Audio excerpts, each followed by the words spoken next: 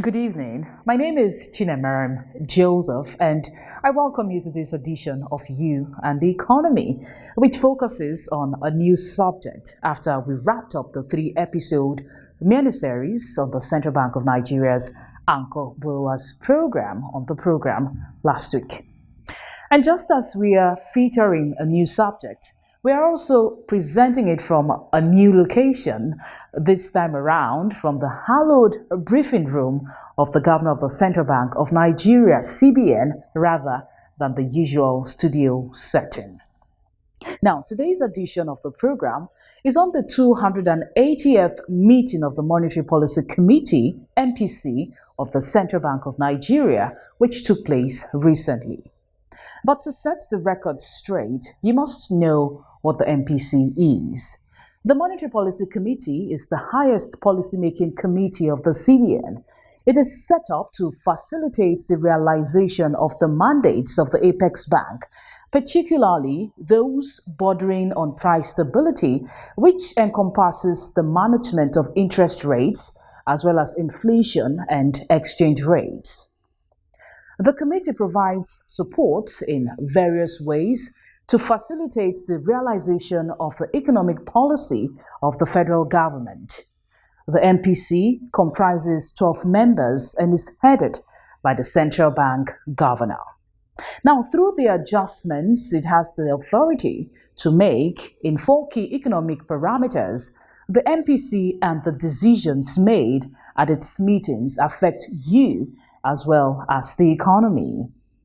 I covered the MPC meeting for You and the Economy, and here is my report on the meeting as well as the highlights of the question and answer session of the press briefing that wrapped up the meeting.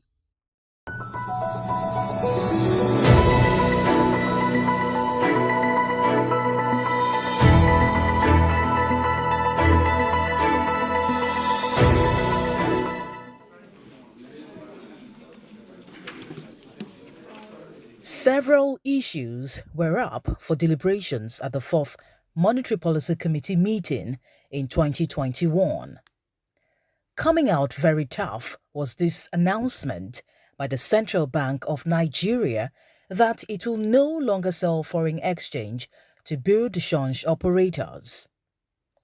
About $110 million is usually sold weekly to these BDC operators.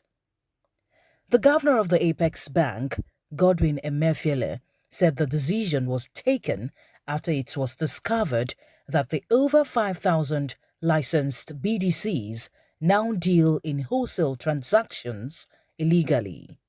In total disregard of the difficulties that the bank is facing in meeting its mandate of maintaining the country's foreign exchange reserves to safeguard the value of the naira, we have continued to observe that stakeholders in some of the subsectors have not been helpful in this direction. In particular, we have noted with disappointment and grave concern that our bureau de change operators have abandoned the original objective of their establishment, which was to serve retail end users who need $5,000 or less. Instead, they have become wholesale dealers and illegally in foreign exchange to the tune of millions of dollars per transaction. Despite the fact that Nigeria is the only country in the world today where a central bank sells dollar directly to bureau de change operators. Operators in the Nigeria's bureau de change segment have not reciprocated the bank gesture to help maintain price stability in that market. Whereas the bank has an understanding with bureau de change operators that they make a small margin from sale of the US dollar allocated to them per week. They have reneged and become somewhat greedy, recalcitrant, with abnormally high profits from these sales, while ordinary Nigerians have been left to feel the pain and therefore suffer. The number of BDC operators in the country has increased from less than 100 in 2005 to over 5,000 in 2021. The Apex Bank thinks something suspicious must have led to the upswing. Given this rent-seeking behavior, it is not surprising that since the CBN began to sell foreign exchange to bureau de change, the number of operators has risen from a mere 74 in 2005 to over 2,700 in 2016 and almost 5,500 BDCs as at today. In addition, the Central Bank of Nigeria constantly receives nothing less than 500 new applications for BDC licenses every month. And we therefore begin to wonder what is in this business that everybody must be in it. Rather than help to achieve the laudable objectives for which they were licensed, the bank has noted the following unintended and unfortunate outcomes. 1. Avalanche of rent-seeking operators operators only interested in widening margins and profits from the foreign exchange market, regardless of prevailing rates in the market. 2. Gradual dollarization of the Nigerian economy with attendant adverse consequences on the conduct of monetary policy and subtle subversion of the cashless policy initiative of the Central Bank of Nigeria. 3. Prevailing ownership of several bureau de change by the same promoters in order to illegally procure foreign exchange multiple times from the central bank. 4. Numerous and repeated financing of unauthorized transactions with foreign exchange procured from the Central Bank of Nigeria. The CBN is accusing development finance institutions and embassies operating within the country of patronizing these illegal foreign exchange dealers. Indeed, we have evidence that several international organizations, embassies, regrettably, and development finance institutions, I repeat, regrettably, operating in the country, patronize BDCs through illegal forex dealers to fund their local operations in further and flagrant contravention of our foreign exchange laws and regulations in Nigeria. Our examiners are currently looking at the books. We have reports that indict development finance institutions, embassies, international finance organizations who, instead of selling their foreign exchange into the recognized investors and exporters window, have resorted into operating with illegal forex dealers in flagrant contravention of our laws. And we will deal ruthlessly with the Nigerian banks who have acted as collaborators with these illegal forex dealers. We will deal with them ruthlessly because they have allowed their banking and payment system infrastructure to be used to facilitate this illegal dealing in foreign exchange. As for those foreign organizations involved, we will report them to their regulators. We will write to those organizations seeking their understanding and that they must desist. If they seek to operate in Nigeria, they must go through the right channels through which they must procure either foreign exchange or procure naira for their domestic operations. For avoidance of doubt, such transactions should have been done at the transparent investors and exporters window. These unintended outcomes have placed an unsustainable and enormous financial burden on the CBN and our limited foreign exchange. Nigeria's central bank, the Nigerian government, cannot continue to allow this unwholesome practice to continue in Nigeria.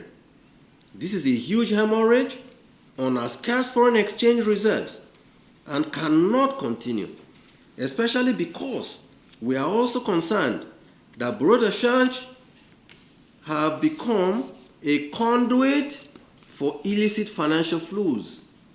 Indeed, the facts abound that BDCs have turned themselves into agents that facilitate graft and corrupt activities of people who seek to conduct illicit funds flow and money laundering in Nigeria.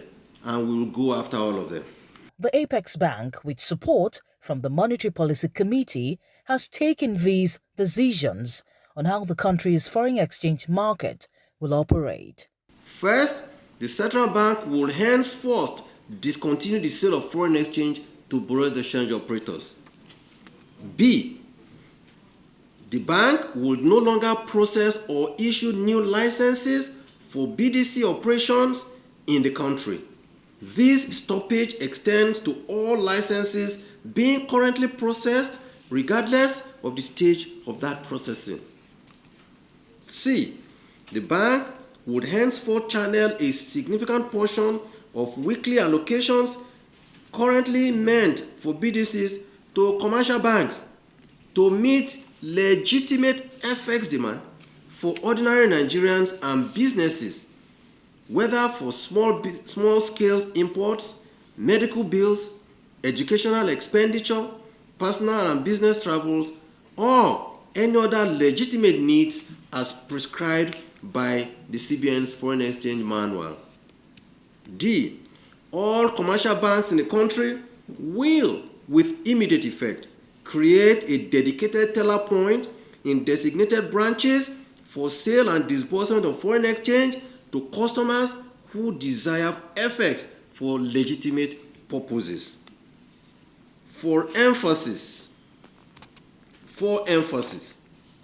the public should note that once a customer provides the basic documentation to purchase foreign exchange, all banks must immediately, either on demand or within a stipulated time frame, sell foreign exchange to the customer. Any customer who does not receive foreign exchange along these lines must report this to their bank, and where they are unsatisfied with resolution, they are required, indeed they must, contact the CBN on our toll-free line number 070-02255-226.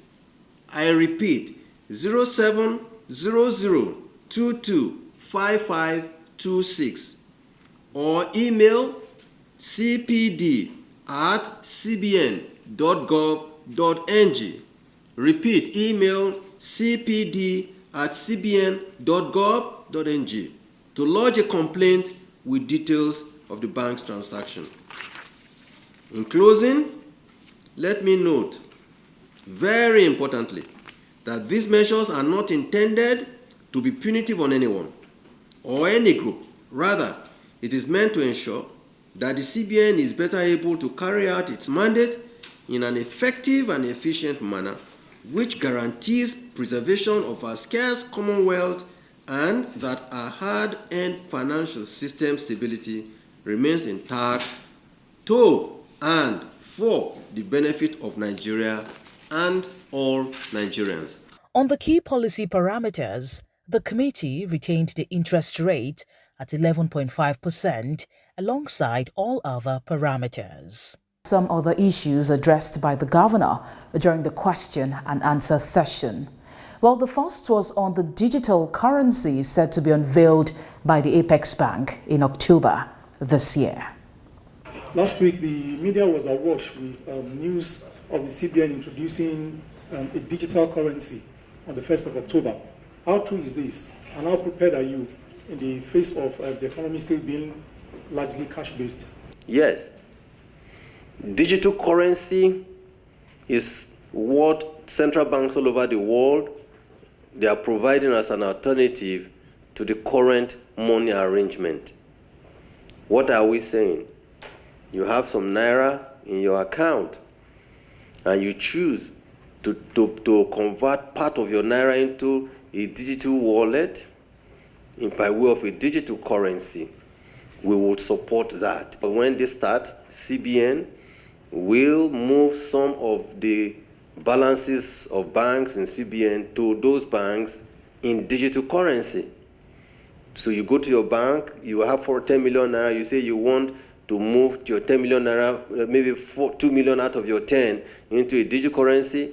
They will debit your account and move it to you into your wallet of 2 million naira digital currency, which you can spend across countries.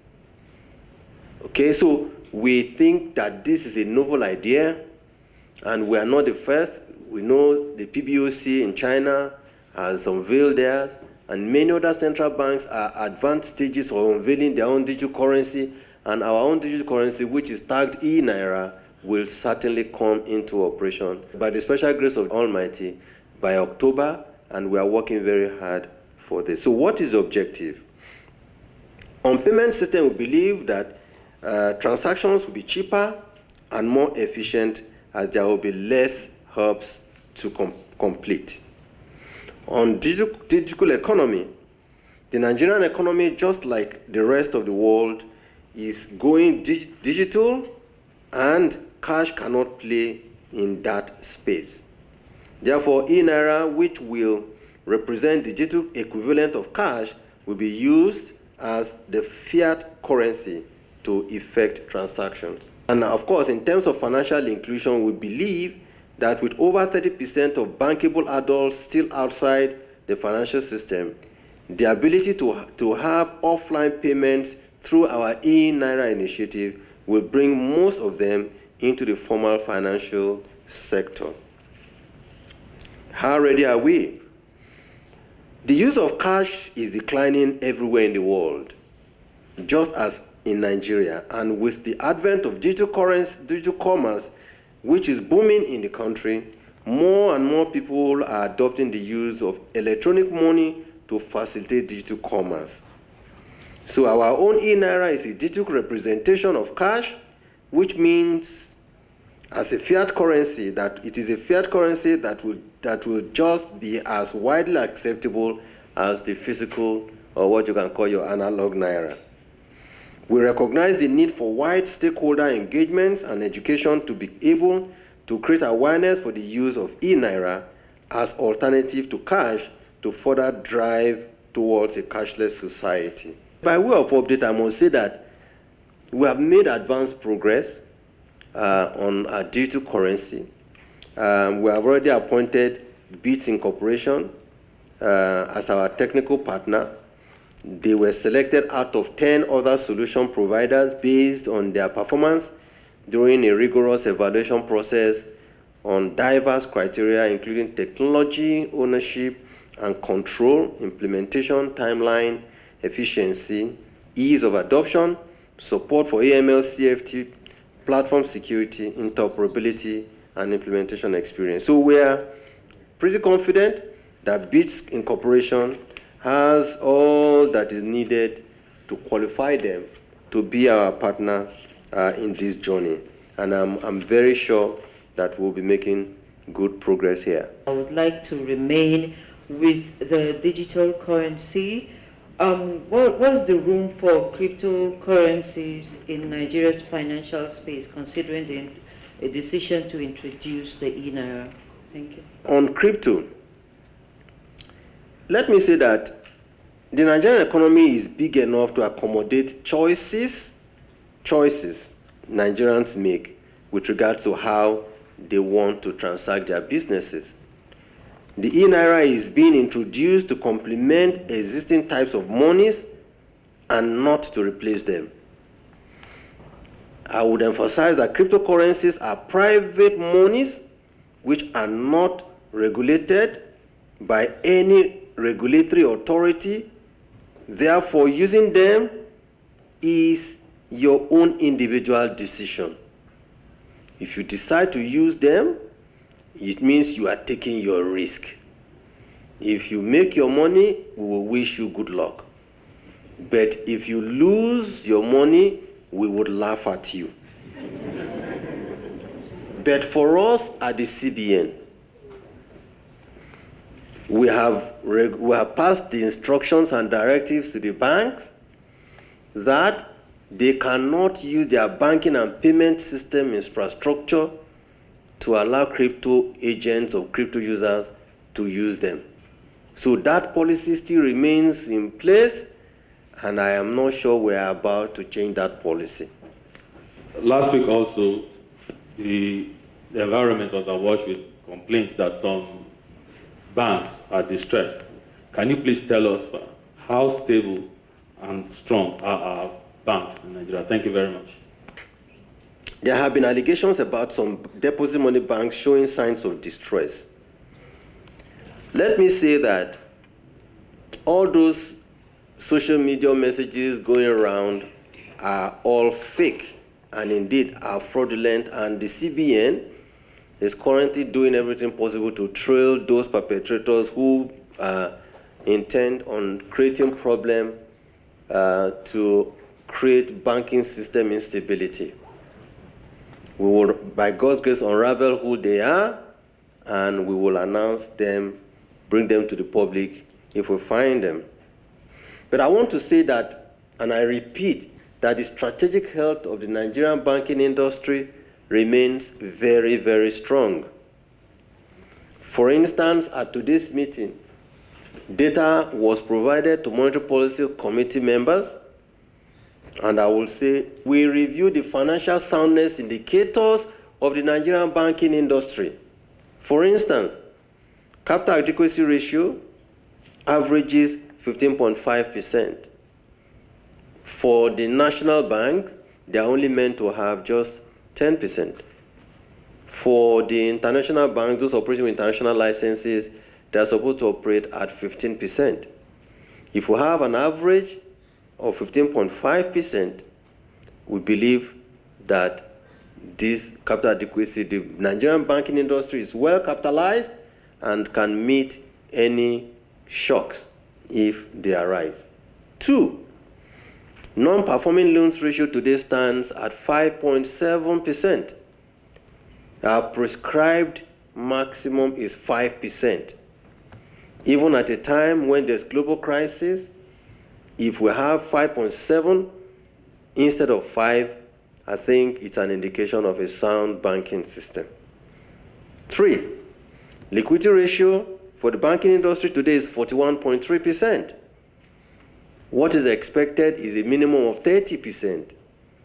If the banks have an average of 41.3%, we believe that is an indication of a sound banking or sound liquidity in the banking system. Total assets in the banking industry from the data that we saw today rose from 37.8 trillion naira in May 2019, 2 years ago, and today total assets of the banking industry is 53.6 trillion naira as at June 2021. Total deposits in the banking industry has increased from 22.83 trillion naira in May 2019 to 33.85 trillion naira in June 2021.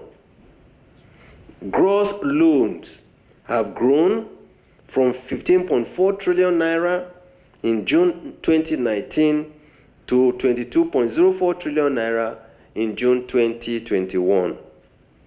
Like I said earlier, non-performing loans ratios have dropped from as high as 11.17% in May 2019 to 5.7% in June 2021 against a maximum threshold of 5%. So where lies the issues on distress?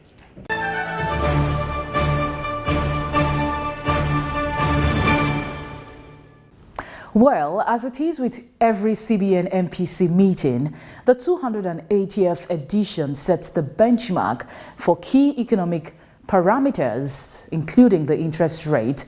Well, that's it for this edition of You and the Economy.